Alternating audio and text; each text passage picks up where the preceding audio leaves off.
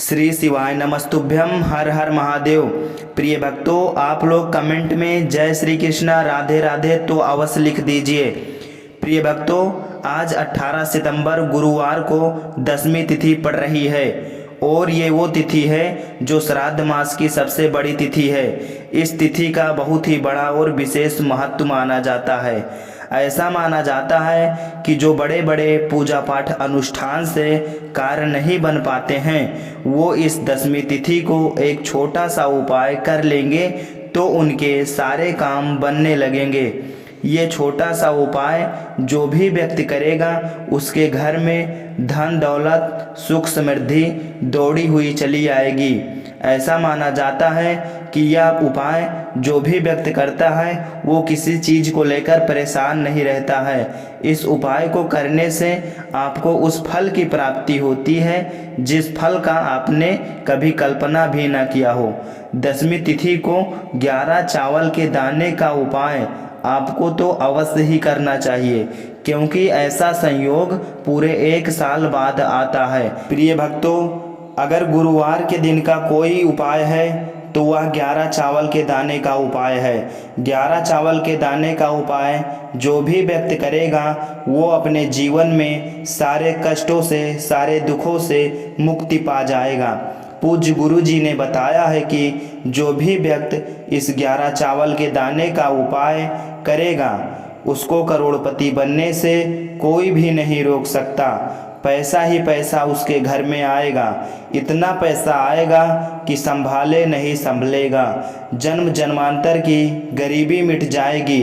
छप्पड़ फाड़ कर आएगा पैसा। जो भी व्यक्ति 11 चावल के दाने का उपाय करेगा उस व्यक्ति की 7 पुश्तें करेंगी राज।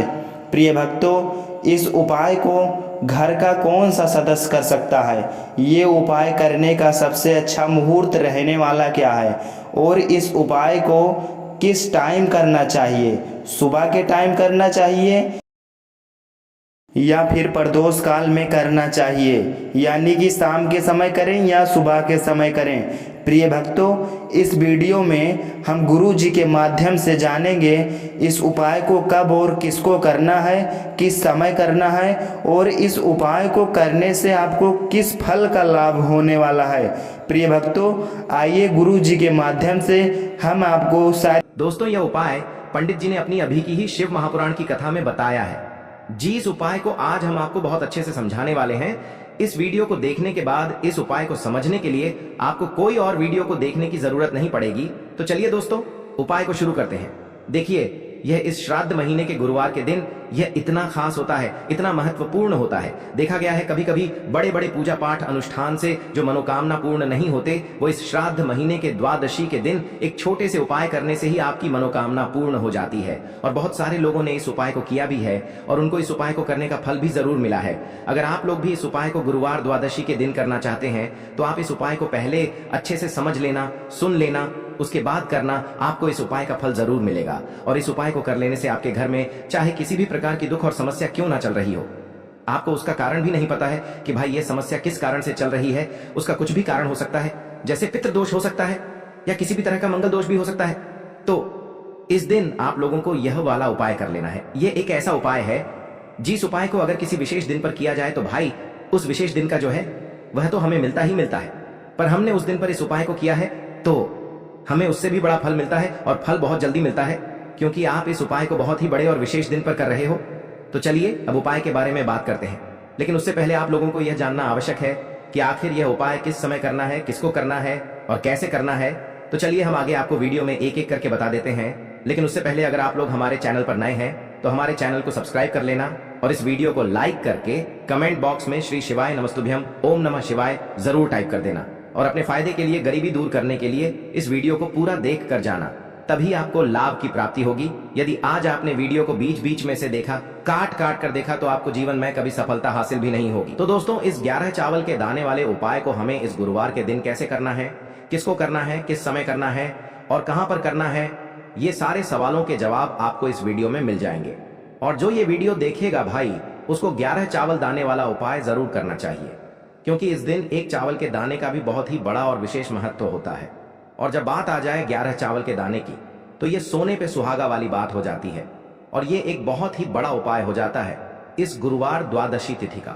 तो अब दोस्तों, इस 11 चावल के दाने वाले उपाय को आखिर करना किसको है, सबसे पहले हम लोग वो बात जान लेते हैं। तो देखो, घर की जो बड़ी माताएं बहनें होती हैं, उन माताओं बहनों में से कोई भी एक बड़ी माता बहन इस वाले उपाय को कर सकती है। और दोस्तों, अगर आप चाहें तो अपने घर में से सभी सदस्यों को भी इस उपाय को करवा सकते हैं। अगर किसी व्यक्ति की खुद की कोई मनोकामना है, खुद की कोई दुख और परेशानी है जो कि वह अपने लिए ही करना चाहता है इस वाले उपाय को, तो वह खुद अपने लिए भी कर सकता है। बाकी अगर कोई घर में से ऐसा है जो कि अपने पूरे घर परिवार की सुख और शांति के लिए ये वाला उपाय करना चाहता है, तो भाई वह भी कर सकता है, उसमें भी कोई दिक्कत वाली बात नहीं है। कहने का मतलब ये है कि इस उपाय को हर एक सदस्य भी कर सकता है और पूरे घर परिवार के सदस्य के लिए घर की बड़ी माताओं बहनों में से कोई एक माता बहन भी कर सकती है। माताएं बहनें अगर घर में उपस्थित न हो या वो यह वाला उपाय न कर पा रही हो, तो फिर घर का कोई बड़ा सदस्य भी इस 11 चावल के दाने वाले उपाय को कर सकता है, चाहे फिर वह पुरुष ही क्यों ना हो, उसमें कोई भी दिक्कत वाली बात नहीं है। अब दोस्तों, इस 11 चावल के दाने वाले उपाय को हमें करना कहां पर है? हमें इसे शिव जी के मंदिर में जाकर करना है। बहुत सारे लोग प्रश्न करते हैं हर एक उपाय को करते समय, क्या हम इस उपाय को घर पर कर सकते हैं? तो इस वाले उपाय को आप घर पर नहीं कर सकते हो। इस वाले उपाय को करने के लिए आपको शिव जी के मंदिर ही जाना पड़ेगा। उसके बाद में दोस्तों, जो अगला प्रश्न निकल कर आता है वो यह आता है इस उपाय को लेकर कि आखिर इस उपाय को हमें किस समय करना है, सुबह के समय करना है कि शाम के समय करना है। तो देखो, इस वाले उपाय को आप लोग सुबह के समय भी कर सकते हो और शाम के समय प्रदोष काल में भी कर सकते हो। अब अगर आप पूछो कि भाई सबसे उत्तम समय कौन सा रहेगा इस 11 चावल के दाने वाले उपाय को करने का, तो हम आपसे बस यही कहेंगे कि इस उपाय को आप सुबह के समय करेंगे तो ज्यादा बेहतर होगा। बाकी अगर प्रदोष काल शाम के समय भी करेंगे तो भी अच्छा होगा, उसमें कोई भी दिक्कत वाली बात नहीं है। तो अब दोस्तों, जो अगली सबसे बड़ी और महत्वपूर्ण बात आती है वो यह आती है कि सुबह अगर हम उपाय को करेंगे तो हमें कितने बजे से लेकर कितने बजे तक के बीच में करना है, और शाम के समय प्रदोष काल में करेंगे तो हमें कितने बजे से लेकर कितने बजे के बीच में करना है। तो देखो, सुबह जितनी जल्दी हो सके आप उपाय को करने की कोशिश करना। बाकी अगर किसी कारणवश लेट भी हो जाओ, थोड़ी देर भी हो जाए, तो 10 या 11 बजे तक भी आप उपाय कर लेना, पर 12 बजे से ज्यादा देरी न हो, ठीक है? इस बात का ध्यान रखना। उसके बाद में दोस्तों, अगर शाम के समय प्रदोष काल की बात करें, प्रदोष काल का जो समय होता है वो शाम के 6 बजे से शुरू हो जाता है। मतलब शाम के 6 बजे से लेकर 7 बजे के बीच का जो समय होता है, ये समय प्रदोष काल का समय होता है। पर अभी जो मौसम चल रहा है, इस मौसम में जो है शाम बहुत देरी से होती है, तो आप इस उपाय को 7 या 8 बजे के बीच में भी कर सकते हो। मतलब शाम के 6 बजे से रात 8 बजे के बीच में आप कभी भी इस वाले उपाय को कर सकते हो, उसमें कोई भी दिक्कत वाली बात नहीं है। अब दोस्तों, यहाँ पर इस उपाय को लेकर एक और सबसे बड़ी बात ये निकल कर आती है कि इस 11 चावल के दानों को हमें लेना कहां से होता है, और हमें इस उपाय को करने के साथ में क्या और कुछ भी सामग्री ऐसी होती है जो शिव जी के मंदिर लेकर जानी पड़ती है। तो देखो, यहाँ पर हम आपको बता दें, सबसे पहले आप लोग ये जान लो कि यह जो 11 चावल के दाने वाला उपाय है, सिर्फ और सिर्फ आप उपाय की सामग्री लेकर कभी भी शिव जी के मंदिर मत जाना, क्योंकि हमें भगवान के सामने यह नहीं दर्शाना है कि अगर हम भगवान शिव जी के मंदिर आए हैं तो अपने फायदे के लिए आए हैं। तो इसलिए जो भी पूजन सामग्री है, उपाय सामग्री है, 11 चावल के दाने, इसके साथ में आपको पूजन सामग्री भी जरूर लेकर जाना है। देखो, अगर सुबह के समय उपाय कर रहे हो तो सीधी सी बात है, 1 लोटा जल तो आप लेकर जाओगे ही जाओगे। वही 1 लोटा जल अगर मिट्टी का जल हो तो बहुत अच्छा रहेगा। मिट्टी का जल कैसे बनाया जाता है, इसके लिए हमने पहले से बहुत सारी वीडियोस बना दी है। आपके पास इस दिन एक आखिरी मौका रहेगा मिट्टी का जल शिव जी पर चढ़ाने का और उपाय को करने का। बहुत बड़ा आपको इस दिन फल मिलेगा। तो इसलिए इस दिन हो सके तो भाई मिट्टी का जल चढ़ाना, तो अपने साथ में कम से कम 1 लोटा जल तो आपको लेकर जाना ही जाना है। अगर मिट्टी का जल नहीं है तो घर का जल भी आप इस्तेमाल कर सकते हो। इसके अलावा जो भी पूजन सामग्री है, देखो 11 चावल के दाने ये अलग आपके रहेंगे और जो आपकी पूजन सामग्री रहेगी वो अलग रहेगी। पूजन सामग्री में आप जो भी चीज लेकर जाना चाहे वो लेकर जा सकते हैं, उसमें कोई भी दिक्कत वाली बात नहीं है। वहीं अगर हम बात करें शाम के समय की, तो शाम के समय शिव जी पर जल नहीं चढ़ता है, इसीलिए शाम के समय आप लोग एक दीपक तैयार कर लें जो कि गोल बत्ती का, आटे का, शुद्ध देसी गाय का घी का होगा, है ना। इस बात का आप लोगों को ध्यान रखना है और इस दीपक को आपको घर से जलाकर नहीं लेकर जाना है, भगवान शिव जी के मंदिर में जाकर ही जलाना है। इस बात का भी आप लोगों को ध्यान रखना है। अब दोस्तों यहाँ पर हमें इस बात को समझना है कि यह 11 चावल के दाने हमें लेना कहाँ से है। क्या हमें दुकान से लेकर आना है या हमें अपने घर से लेना है या कहाँ से लेकर आना है और कौन से चावल लेना है, क्योंकि चावल भी बहुत प्रकार के होते हैं। तो देखो इन सभी सवालों के जवाब आप लोग एक बात में सुन लो कि भाई ये जो उपाय है, इस उपाय में आपको ये नहीं देखना है कि भाई कौन से चावल है कौन से चावल नहीं है। बस जो भी चावल ले रहे हो वो चावल का दाना सबूत होना चाहिए, मतलब साबुत होना चाहिए, टूटा हुआ नहीं होना चाहिए, कटा पिटा नहीं होना चाहिए। ये बात आपको ध्यान रखना है। बाकी आपका चावल बासमती हो या सादा चावल हो या कोई सा भी चावल हो, उसमें कोई भी दिक्कत वाली बात नहीं है। तो सीधी सी बात है कि आपके घर के रसोई घर में जहां पर आप भोजन बनाते हो, वहां पर जो भी चावल आपके उपस्थित हो, उन चावलों में से अपनी एक कटोरी भर लेना या एक मुट्ठी चावल अलग से निकाल कर रख लेना, क्योंकि हम 11 चावल ही यहाँ पर इस उपाय में लेने वाले हैं, तो हमें यह चावल के दाने गिनकर निकालने पर डढ़ेंगे। इस बात का आप लोगों को ध्यान रखना है। तो अपने उस चावल की कटोरी में से या चावल में से 11 ऐसे चावल के दाने आप लोग निकाल लो जो कि टूटे हुए न हो, कटे पिटे न हो, जिनमें कोई दाग न लगा हुआ हो, है ना। अच्छे साबुत चावल के दाने 11 दाने आप लोग निकाल कर रख लो और इन्हें किसी भी एक कागज की पुड़िया में या किसी एक छोटी सी कटोरी में आप लोग रख लो, ताकि यह सुरक्षित रहे। आपके एक भी चावल का दाना इधर उधर ना हो और आपका उपाय भी पूरा अच्छे से हो जाए।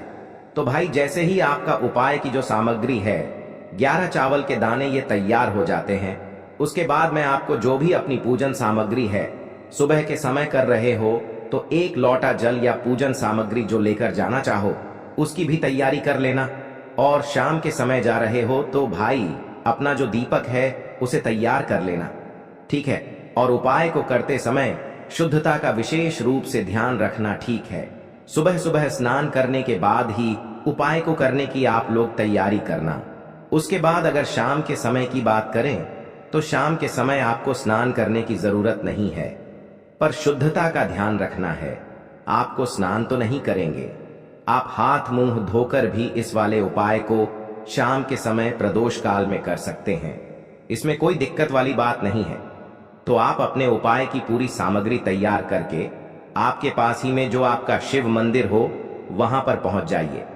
सबसे पहले शिव मंदिर में जाकर आप लोगों को उपाय नहीं करना है, पहले भगवान के दर्शन करना है, भगवान से आशीर्वाद प्राप्त करना है, फिर शिव जी की शिवलिंग के पास में आना है।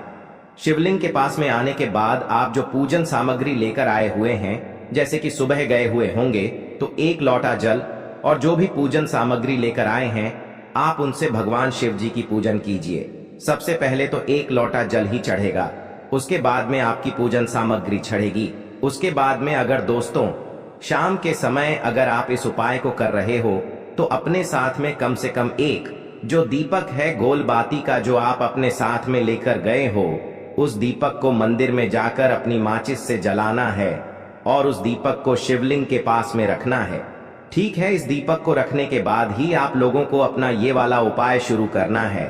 और दीपक को ज्यादा पास में मत रखना, वैसे भी गर्मी पड़ रही है, भगवान शिव जी को आंच नहीं लगनी चाहिए, है ना। तो भाई जैसे ही आपकी पूजा अर्चना हो जाती है, आप भगवान शिव जी को प्रसन्न कर लेते हैं, उसके बाद में शिवलिंग के पास ही में आप कहीं पर बैठ जाइए, सामने या आसपास जिस जगह पर आपको बैठना हो वहां पर बैठ जाइए और अपने वह 11 चावल के दाने अपने सामने निकाल कर रख लीजिए, क्योंकि अब यहाँ पर उपाय को यहाँ पर करने की आपको तैयारी करना है। और इस तरीके से जब आप उपाय करेंगे, पूजन सामग्री करने के बाद, पूजन अर्चना करने के बाद, तो आपको उपाय का फल बहुत जल्दी और बहुत बढ़ा होकर मिलेगा। तो अपने 11 चावल के दाने अपने सामने निकाल कर रख लेना और यह जो उपाय है यह आपकी सीधे हाथ की हथेली से होगा, इसलिए इस बात का भी विशेष रूप से ध्यान रखना है। तो सीधे हाथ की हथेली का प्रयोग करके ही आप लोग अपना इस वाले उपाय को करना। पर अपने सामने जो भी आपकी कागज की पुड्डियां है उसको खोल कर रख लो, या कटोरी है तो भाई उसे अपने सामने रख लो और अपने वह 11 चावल के दाने निकाल लो, ठीक है। उसके बाद में दोस्तों अब आपको क्या करना है कि शिवलिंग आपके सामने होगी, तो आपने वह 11 चावल के दाने एक एक करके आपको शिव जी के शिवलिंग के ऊपर चढ़ाना है। कहां पर चढ़ाना है? शिवलिंग के ऊपर चढ़ाना है, और कहीं पर भी नहीं चढ़ाना है। आपको अपने हथेली से तो शिवलिंग के ऊपर चढ़ना है, भले ही फिर वो अपने आप जलाधारी पर गिर जाए या मतलब वहीं पर गिर जाए, उसमें कोई दिक्कत वाली बात नहीं है, पर आप चढ़ाओ शिवलिंग के ऊपर ही। तो आपको क्या करना है, अपना पहला चावल का दाना उठाना है, श्री शिवाय नमस्तुभ्यम बोलना है और शिवलिंग पर चढ़ा देना है। इसी तरीके से दूसरा चावल का दाना उठा है, शिवलिंग पर चढ़ाना है और मंत्र बोल देना है। और फिर तीसरा चावल का दाना उठाना है, श्री शिवाय नमस्तुभ्यम बोलना है और चढ़ा देना है। इसी प्रकार से आपको पूरे 11 चावल के दाने एक एक करके शिव जी के शिवलिंग के ऊपर चढ़ाना है और भगवान से प्रार्थना करते जाना है। मतलब प्रार्थना तो आपको आखिरी में करना है, पर हर एक चावल के दाने को चढ़ाते समय श्री शिवाय नमस्तुभ्यम जरूर बोलना है। उसके बाद ही में यह चावल का दाना शिवलिंग के ऊपर आपको चढ़ाना है। जैसे ही आपके 11 चावल के दाने शिवलिंग के ऊपर चढ़ जाते हैं, तो भाई उसके बाद में आपको क्या करना है, भगवान से अपनी मनोकामना बोलना है। मनोकामना भी कब बोलना है?